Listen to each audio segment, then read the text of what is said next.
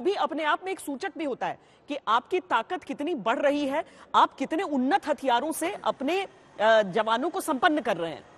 यही चीज स्वतः देखने लायक है कि वहां पर जो है बीएसएफ ये दिखाना चाहता है कि हम किसी से कम नहीं।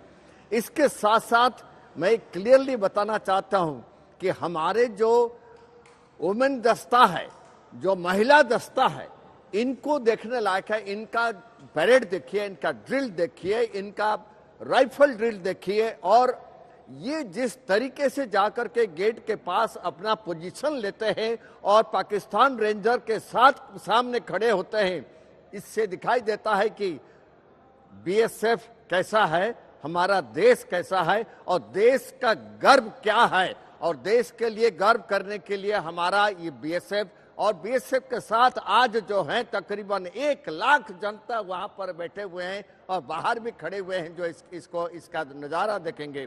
और सबसे बढ़िया है, ये जब खत्म होगा, जो 102 बाउंड्री पिलर इसके बगल में है, आप देखेंगे उसके पास क्या भीड़ आके मच जाता है। इसके जब खत्म होता है सब जाते हैं। अब ये देखिए यहाँ पर जो है बीएसएफ का जवान अपना जोश दिखा रहे हैं पाकिस्तान रेंजर्स को कि हम किसी से कम नहीं। ये जो है ये राइफल ड्रिल जो है और ये जो ड्रिल है ये काफी दिन से चलते आ रहा है, लेकिन 1900 अभी लड़ाई के बाद, पाकिस्तान के साथ लड़ाई के बाद इसमें से काफी बढ़ोतरी किया गया है और जोश बहुत ज्यादा आया है।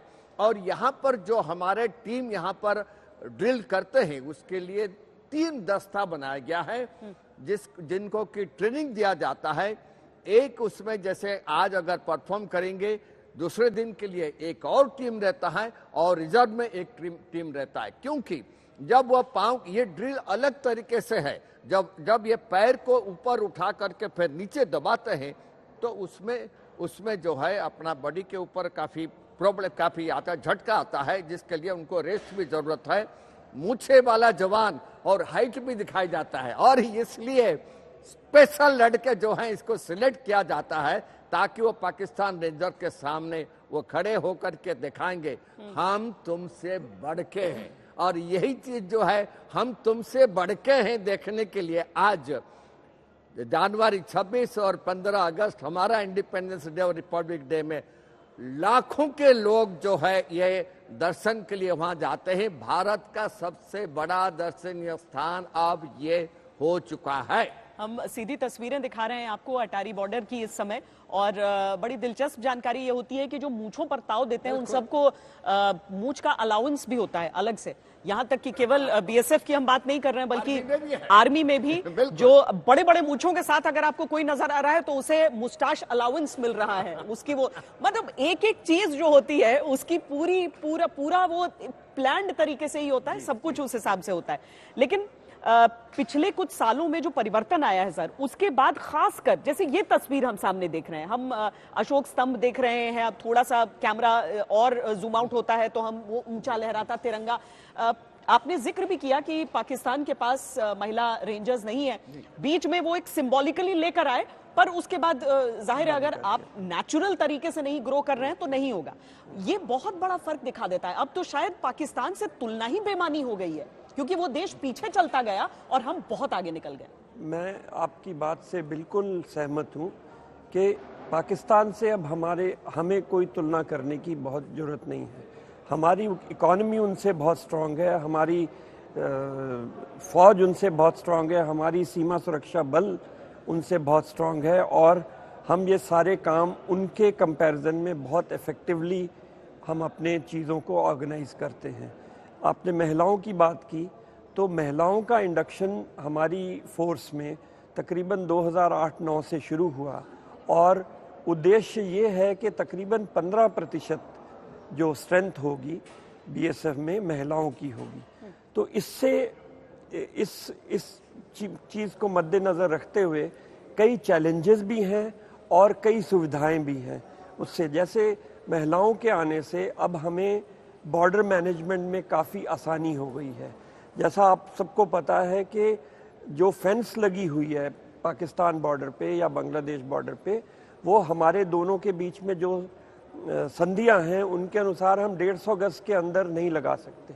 तो कई लोगों की ज़मीनें फेंस के पार हैं। तो महिलाओं के आने से महिलाएं जो जाती थीं कल्टीवेशन के लिए, उनको बहुत फ़ायदा हो गया है।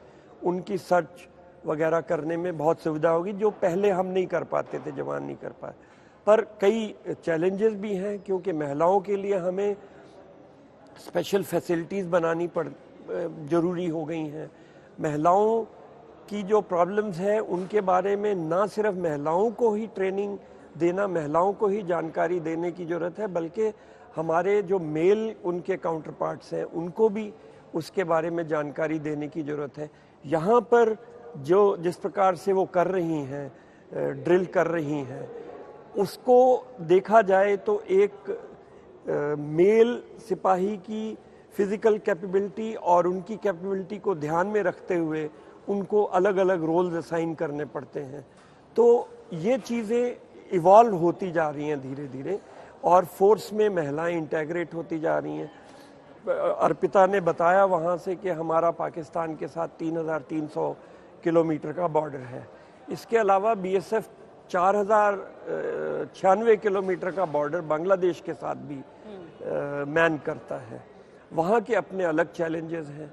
वहाँ पर भी 2-3 जगह पर अभी इस तरह की beating retreat Bangladesh border guards के साथ शुरू हो गई है। जैसे त्रिपुरा में है ऑक्ट्रॉय पोस्ट पे, वेस्ट बंगाल में 2 जगह पर शुरू हो गई हैं। अच्छा। बट थोड़े नीचे लेवल पे शुरू हुई हैं और शुरुआती स्तर पे। और उनकी जानकारी बहुत लोगों को इसलिए नहीं है क्योंकि आप और हम सभी नॉर्थ और वेस्ट सेंट्रिक हैं, तो इसलिए उधर की चीज़ों के बारे में ज़्यादा पता नहीं लग पाता है। नहीं, मैं पक्का अगली बार वहाँ की तस्वीरें वहाँ पर शायद इस लेवल की नहीं होती तो लोगों को इंटरेस्ट भी नहीं, धीरे धीरे वहाँ भी इवॉल्व होगा। तो मैं ये कहना चाहता हूँ कि बिसाइड्स ये जो हमारी काबिलियत शोकेस कर रहे हैं, ये परमिशन ले रहे हैं सर वो शुरू करने के लिए सेरेमनी? जी। अभी वहाँ के जो भी सीनियर मोस्ट ऑफिसर वहाँ पर हैं, उनसे ये कंपनी कमांडर परमिशन ले रहे हैं।